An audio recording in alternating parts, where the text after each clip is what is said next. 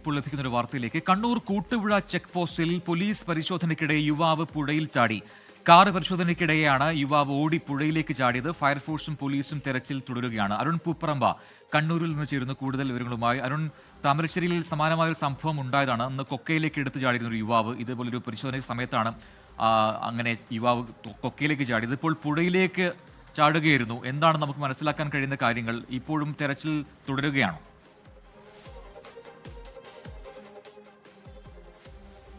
പ്രജിനി, യുവാവ് കാറിൽ ബംഗളൂരുവിൽ നിന്ന് തലശ്ശേരിയിലേക്ക് പോവുകയായിരുന്നു എന്നതാണ് നമുക്കിപ്പോൾ പോലീസിൽ നിന്ന് ലഭിക്കുന്ന വിവരം.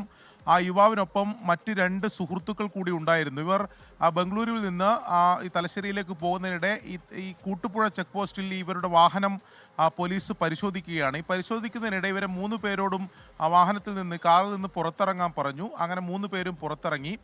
ഈ തലശ്ശേരി സ്വദേശിയായിട്ടുള്ള റഹീം എന്ന് പറയുന്ന യുവാവായിരുന്നു ഈ കാർ ഓടിച്ചിരുന്നത്.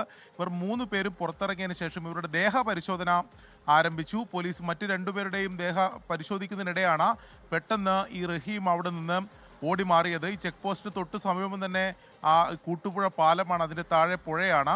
ഇയാൾ ഈ പാലത്തിൽ നിന്ന് താഴെ പുഴയിലേക്ക് എടുത്ത് ചാടുകയായിരുന്നു. പുഴയിൽ അത്യാവശ്യം ഇപ്പോൾ ഈ ജലനിരപ്പും അതോടൊപ്പം തന്നെ ഒഴുക്കുമുള്ള സമയമാണ്. അങ്ങനെ യുവാവിനെ കാണാതായി.